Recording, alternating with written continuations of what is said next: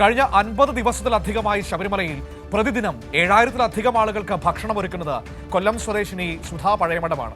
ചരിത്രത്തിൽ ആദ്യമായാണ് ശബരിമലയിൽ ഒരു വനിതയുടെ നേതൃത്വത്തിൽ ദേവസ്വം മെസ്സിൽ ഭക്ഷണം തയ്യാറാക്കുന്നത്. ഏറെ വെല്ലുവിളികൾ നേരിട്ട ആ ദൗത്യമായിരുന്നുവെങ്കിലും അയ്യപ്പന്റെ അനുഗ്രഹത്താൽ എല്ലാം ഭംഗിയായി മുന്നോട്ട് കൊണ്ടുപോകാൻ സാധിച്ചുവെന്ന് സുധ കൈരളി ന്യൂസിനോട് പറയും. നമ്മുടെ കൂടെ ഇപ്പോൾ ഉള്ളത് സുധാ പഴയമഠം.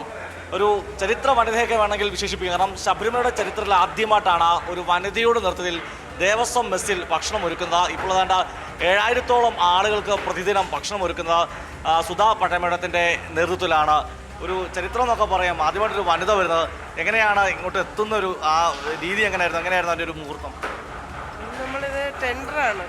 ടെൻഡർ നമ്മൾ കഴിഞ്ഞ വർഷം നമ്മൾ ഇതുപോലെ ശബരിമലയിൽ ഒരു മോൻ്റെ കുഞ്ഞിൻ്റെ ചോറൂണിനായിട്ട് വന്നപ്പോൾ ഇത് ഞങ്ങൾ അറിഞ്ഞു ഇവിടെ ടെൻഡർ വഴിയാണ് ഇവിടെ ഈ ദേവസ്വം ബോർഡ് മെസ്സിന് ആഹാരം കൊടുക്കുന്നതെന്ന്. അപ്പം ഞാൻ എൻ്റെ മോനോട് പറഞ്ഞ് ഞങ്ങൾ അങ്ങനെ ഒന്ന് ആലോചിച്ച് നോക്കി.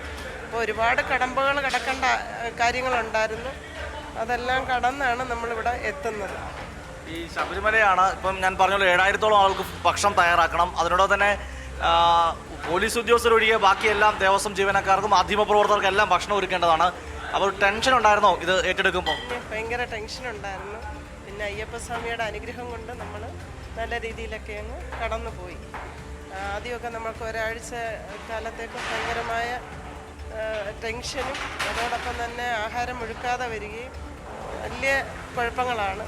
അതുപോലെ ദേവസ്വം ബോർഡിലുള്ള ബോർഡ് അംഗങ്ങളും അതുപോലെ ദേവസ്വം ബോർഡ് ഉദ്യോഗസ്ഥരും നമ്മുടെ കൂടെ എക്സിക്യൂട്ടീവ് ഓഫീസർ മുതൽ കീഴോട്ടുള്ള എല്ലാ ഉദ്യോഗസ്ഥന്മാരും നമ്മളോട് സഹകരിച്ച് ഇത് വിജയകരമാക്കി തന്നതിൻ്റെ ഒരു കാരണക്കാർ കൂടിയാണ് അവർ.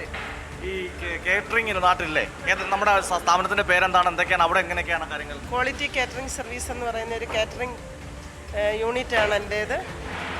അതായത് 2004 ഇത് ഓപ്പൺ ചെയ്ത കുടുംബശ്രീയുടെ ആയിരുന്നു.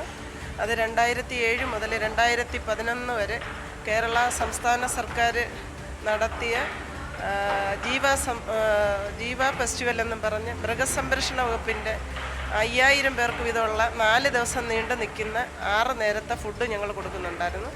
അത് കഴിഞ്ഞ് 2014-15 നാഷണൽ ഗെയിംസ് ഞങ്ങളെ ഏൽപ്പിച്ചു. അതും ഭംഗിയായിട്ട് ചെയ്തു കൊടുത്തു. 2018 മുതൽ കൊല്ലം കോർപ്പറേഷൻ്റെ കുട്ടികൾക്കുള്ള പ്രഭാത ഭക്ഷണം 5000-ൽ പരം വരുന്ന കുട്ടികൾക്ക് 19 സ്കൂളിലായിട്ട് രാവിലെ 8:30 മുമ്പ് പ്രഭാത ഭക്ഷണം എത്തിക്കണം. അത് തുടർച്ചയായിട്ട് കൊറോണ വരുന്നവരെ 4 വർഷത്തെ കാലം ഞങ്ങളാണ് ചെയ്തത്. ടെൻഷൻ്റെ ആവശ്യമില്ലല്ലോ, അതെല്ലാം വിജയിച്ച ചരിത്രമാണല്ലോ.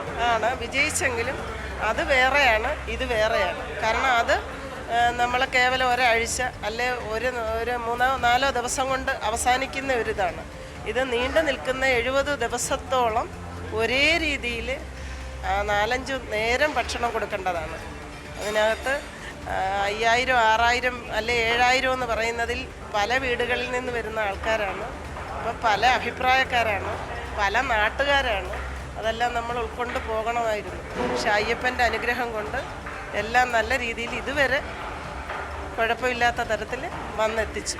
മകൻ കൂടെ ഉണ്ടോ എല്ലാ കാര്യങ്ങൾക്കും? അതെ, എൻ്റെ മകനാണ് എൻ്റെ എല്ലാ കാര്യത്തിനും നിൽക്കുന്നത്. സംഗീത് മോനാണ് എൻ്റെ എല്ലാ കാര്യത്തിനും എൻ്റെ കൂടെ. അന്ന് മുതലേ ഞങ്ങൾ രണ്ടും വന്നതാണ്.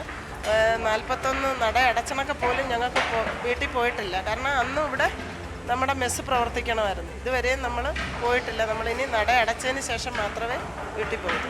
മാധ്യമപ്രവർത്തകരും ഞങ്ങൾ ഉൾപ്പെടെയുള്ളവർ കഴിക്കുന്നതും ഇവിടെ ഈ മെസ്സിൽ നിന്ന് വരുന്ന ഭക്ഷണം തന്നെയാണ്.